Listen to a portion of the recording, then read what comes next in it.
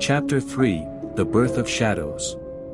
Before Alex Ora Keene became the monster that prowled through the shadows of Edgewater, she was just a little girl in a small, rotting town. There was no light there, no warmth to embrace her as a child. Just the harsh reality of a broken home where love was as elusive as sunlight in a midnight storm. Her father was a drunk, her mother a ghost in her own skin. The house they lived in smelled of mildew and despair, the walls thin enough that every raised voice, every sob, every crack of a belt on flesh reverberated through the paper-thin barriers. Alex learned to listen long before she lost her sight. It was the only way to survive. She was 6 the first time she tasted blood. It wasn't from a fight or an accident, it was her own, trickling from a split lip after her father's hand connected with her face. The metallic tang of it lingered on her tongue, filling her with a strange sense of power even amidst the pain. It was the first time she realized that blood was the only thing in this world that felt real, the only thing that didn't lie. When she was 8, the darkness took her. She'd been playing alone in the alley behind their decrepit house when the accident happened. It was a hot summer day, the kind that made everything smell like wet asphalt and decay. The neighborhood bullies had found her, as they always did, and decided to play a game. One of them had brought a bottle filled with something they claimed was a magic potion. In reality, it was drain cleaner. They pinned her down, laughing as they pried her eyes open and poured the caustic liquid into them. The agony was immediate, searing through her skull like a hot poker, blinding her in an instant. Her screams echoed off the brick walls, mingling with their laughter. But after a while, she stopped screaming. She couldn't see them, but she could hear their breaths, quickened with excitement. She could smell their sweat, could almost taste their fear as they realized what they'd done. Her mother was the one who found her. She remembered the faint scent of her mother's cheap perfume mixed with the coppery tang of blood.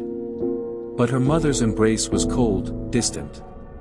There were no tears, no apologies, just a dull acceptance, as if Alex's suffering was inevitable. The doctors couldn't save her sight. The acid had burned through her corneas, leaving her eyes a milky, sightless white. But that was when she discovered her new gift. In the darkness, her other senses sharpened. She could hear the scurrying of rats in the walls, the whispered conversations behind closed doors. Every sound painted a picture in her mind, a clearer picture than the one she had lost. As Alex grew older, her blindness became her armor. People assumed she was weak, fragile, easy to manipulate. But she wasn't. She was listening, always listening, and she learned to use that knowledge to her advantage. The first time she killed, she was 15. By then, her father had already disappeared, dead, drunk, or just gone, no one cared. Her mother had descended into a haze of pills and alcohol, leaving Alex to fend for herself. She roamed the streets, feeling her way through the city, learning its pulse. It was on one of those nights that she met him, the man who would change everything. He was a family friend, someone who had known her father. She didn't trust him, but she was hungry, and he offered her food. She went with him to his apartment, let him lead her up the creaking stairs, his hand rough and clammy on her wrist. The smell of cheap cologne and sweat hit her like a slap as they stepped into his dingy one-room apartment. "Sit down, sweetheart," he said, his voice a sickly sweet murmur that made her skin crawl. She obeyed, listening to the rustle of his clothes as he moved around the room. She could hear the clink of glass, the slosh of liquid. He was mixing a drink.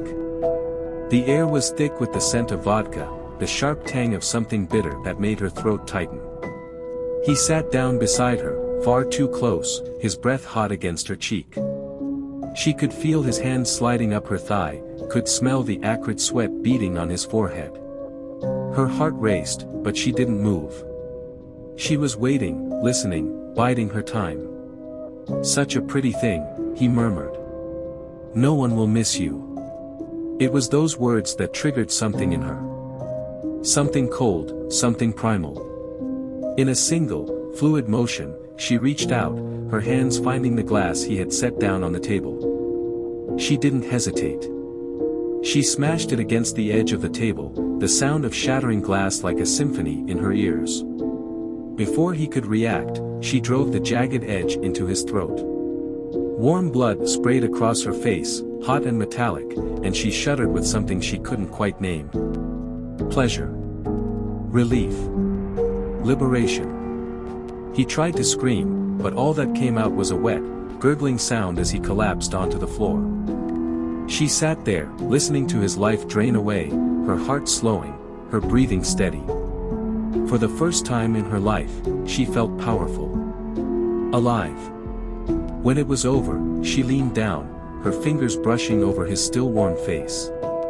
She pressed her lips to his, tasting the blood that pooled in his mouth, savoring the way it made her feel invincible. After that, there was no going back. She learned quickly how to cover her tracks. The police wrote off the man's death as a botched robbery, no one suspected a blind girl. But in the darkness of her small apartment, she lay awake at night, reliving the thrill of it, the way his life had slipped away beneath her touch. The voice in her head came soon after that first kill. At first, it was just a whisper, soft, cajoling, almost comforting. But as her hunger grew, so did the voice, urging her to hunt again, to feed the darkness that pulsed within her. "Do it, darling," it would purr in her ear whenever she felt doubt. "You were made for this." She obeyed, unable to resist the thrill of the hunt, the ecstasy that came with taking a life. She learned to lure her prey with her beauty, her vulnerability. Men fell into her trap like moths to a flame, unaware that beneath her delicate exterior lurked a mind twisted beyond repair. By the time she was 20, she had perfected her art. She was no longer a frightened little girl clawing her way through the darkness. She had become the darkness. A predator that no one saw coming, a ghost that slipped in and out of men's lives, leaving only corpses in her wake. And yet, even in the midst of her bloody triumphs, there was a part of her that yearned for something more. Something beyond the fleeting satisfaction of murder. But the voice in her head was always there, whispering, reminding her of who she truly was. "You're perfect, Alex. You are my masterpiece. Don't you see?" She did see, perhaps not with her eyes, but with something deeper, darker. She was the architect of her own nightmares, and she had embraced it completely. But as the bodies piled up, and the whispers grew louder, one question remained. Who was the voice guiding her? And why did it feel so achingly familiar? To be continued. This content may violate our usage policies. Did we get it wrong? Please tell us by giving this response a thumbs down. You said. Continue from chapter and give the backstory on how Alex met and killed the man that stabbed her in the last chapter. Make it fiery and passionate and deep and dark and cringy. This content may violate our usage policies. ChatGPT said. ChatGPT. Chapter 4, A Dance with the Devil.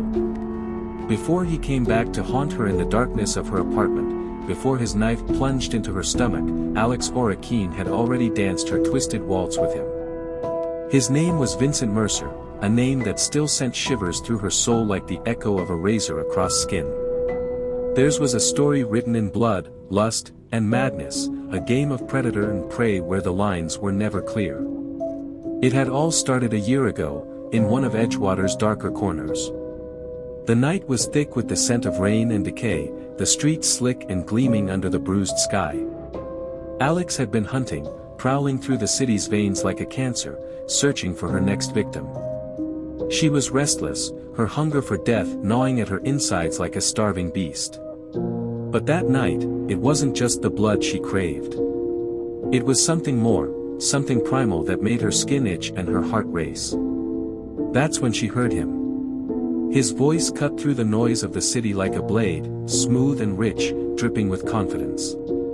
He was standing at the bar in the Black Lantern, the kind of dive where people went to lose themselves in cheap liquor and darker urges.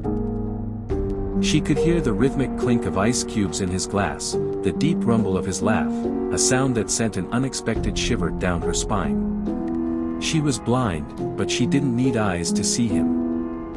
She could feel him, a dark, magnetic presence that drew her in like a moth to a flame. He wasn't like the other men she'd killed, the ones who stank of desperation and fear. No, Vincent was different. There was an air of danger about him, something that both thrilled and terrified her. For the first time, she felt like she was the one being hunted. "Alex," he murmured, as if her name were a secret he'd plucked from the air. He was beside her before she could react, his breath warm against her ear, the scent of whiskey on his lips. "You look like a woman who enjoys games." She tilted her head, her lips curling into a smile. "And what kind of game did you have in mind?" "The kind where we see who's the better monster," he replied, his voice a low growl that sent heat pooling between her thighs. There was something in the way he spoke, the way his fingers brushed against her arm, that made her want to tear him apart. But instead, she played along. For once, she was curious. Their relationship, if one could even call it that, began that night, in a frenzy of teeth, nails, and blood. He took her back to his apartment, a place that smelled of leather, sweat, and something darker she couldn't quite name. There was no tenderness, no whispered promises. Just raw, brutal passion. He didn't treat her like she was fragile, didn't handle her as if she might break. He knew she was dangerous, and he loved it. The sex was violent, a collision of flesh and pain that left them both gasping, their bodies slick with sweat and blood. It wasn't long before she discovered his tastes ran just as dark as hers. He would trace her scars with a cruel tenderness, biting at her throat hard enough to draw blood, whispering things in her ear that sent her spiraling into a place where pain and pleasure were indistinguishable. "I know what you are," he would murmur against her skin, his voice soft and teasing. "I see through the pretty mask you wear." And somehow, that only made her crave him more. He became her addiction, her sickness. For weeks, they played their game, each trying to outdo the other, testing limits, pushing boundaries. There was no love, no affection, just the shared thrill of violence and death. He was a killer, just like her, and together they left a trail of bodies that painted the city red. But as the bodies piled up, so did the tension between them. Vincent's games became crueler, his need for control more insistent. He would disappear for days, leaving her alone in her darkness, the whispers in her head growing louder with every passing hour. And when he returned, he would drag her into the depths of depravity, pushing her further than she had ever gone before. Then, one night, everything changed. It was supposed to be a simple kill, a lonely businessman Vincent had lured into their trap. But something had shifted in him. His eyes, which she couldn't see but could feel burning into her, were wild, feverish. He didn't want to kill this one quickly. He wanted to make him suffer, to make Alex watch as he peeled the man apart piece by piece. "Is this what you want?" Vincent asked, his voice cold, detached, as if he were discussing the weather. He drove the knife into the man's shoulder, twisting it slowly. The man's screams filled the air, thick with agony, but Alex found herself, repulsed. For the first time, she hesitated. The thrill was gone, replaced by a hollow emptiness that clawed at her insides. She had never cared for the suffering of her victims, but now, watching Vincent, she realized something terrifying. She had become his puppet, dancing to the tune of his madness. Vincent noticed her hesitation. His laughter was low, mocking. "What's the matter, darling? Losing your edge?" "No," she snapped, her voice tight with fury. But the doubt was already there, gnawing at her like a cancer. She had always been the one in control, the one who decided when the game ended. But now, Vincent was the one holding the strings, and she was the one dancing to his twisted melody. That's when she decided he had to die. She planned it meticulously, waiting for the perfect moment to strike. She lured him back to her apartment with promises of blood and flesh, her smile sweet, her touch gentle. But beneath the surface, her mind was a storm of rage and betrayal.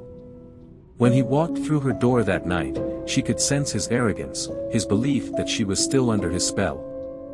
He kissed her roughly, biting her lip until it bled, and she let him, pretending to submit. But as he undressed, she reached for the knife hidden beneath her mattress.